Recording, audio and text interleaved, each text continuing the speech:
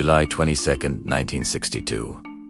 Cape Canaveral, Florida. A sleek, powerful Atlas Agena rocket stands tall against the dawn sky, a beacon of human ambition.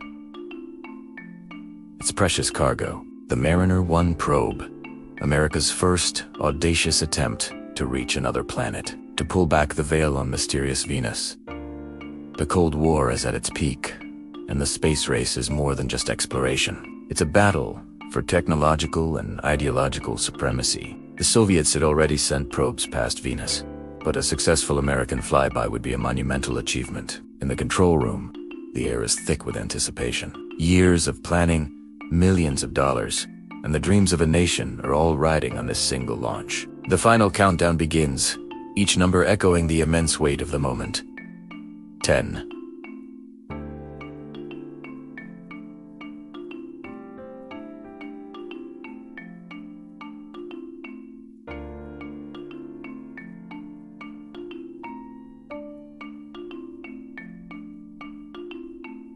9. The world holds its breath.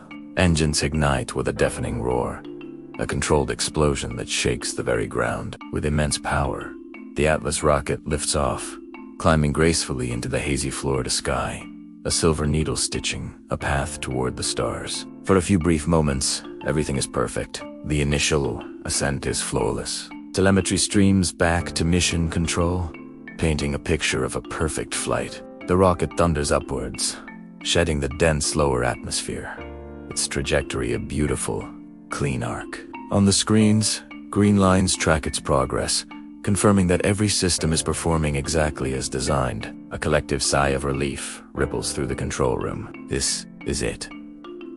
This is the moment America proves its prowess. They watch as the rocket climbs higher and higher, a dwindling point of light against the deep blue. But then, something goes wrong. At T+293 seconds, just under 5 minutes into the flight, the rocket's guidance signal starts to behave erratically. The smooth green line on the tracking screens begins to wobble, then swerve violently. The rocket is veering off its planned course.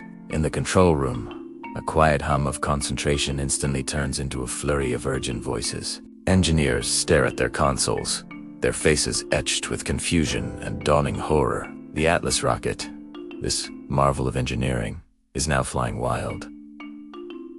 A multi-million-dollar missile careening uncontrollably through the sky. The tension is unbearable. Every second that ticks by, the rocket deviates further, becoming a potential threat to shipping lanes and populated areas. A single man, the range safety officer, watches the errant trajectory, his hand hovering over a single, ominous red button. His name was Jack Albert, and he held the fate of Mariner 1 in his hand. His job was simple in principle, but agonizing in practice.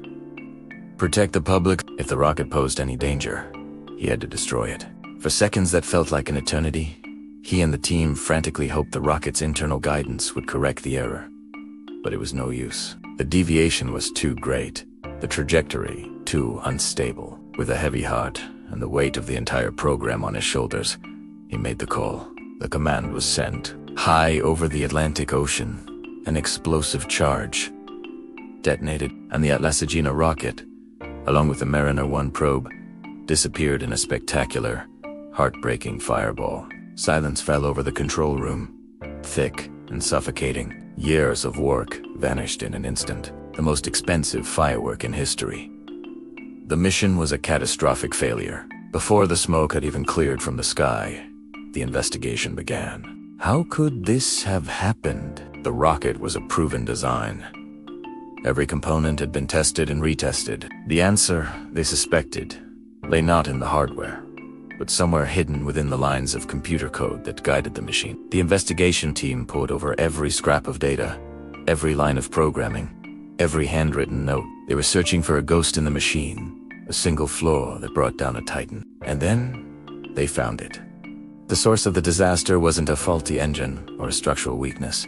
It was a single, missing character in the guidance software's equations. In the complex mathematical formulas transcribed by hand into the computer program, a programmer had omitted a single hyphen, or more accurately, an overbar, which in the programming language of the day was represented by a hyphen. This tiny symbol was meant to signify a smoothing function, averaging out velocity data to prevent minor variations from being misinterpreted as major course corrections. Without it, the computer's guidance system took the normal minor fluctuations from its ground-based tracking antenna and treated them as massive, critical errors. It panicked, trying to correct for phantom problems, sending the rocket into its fatal, uncontrolled swerve. The most advanced piece of machinery on Earth had been doomed by the simplest of typos. To make matters worse, the investigation revealed that the backup guidance system on the rocket, which should have taken over, had a flaw of its own and never activated. It was a perfect storm of errors, a cascade of failure initiated by one missing line. The official cost of this typographical error was $18.5 million in 1962, which is over $180 million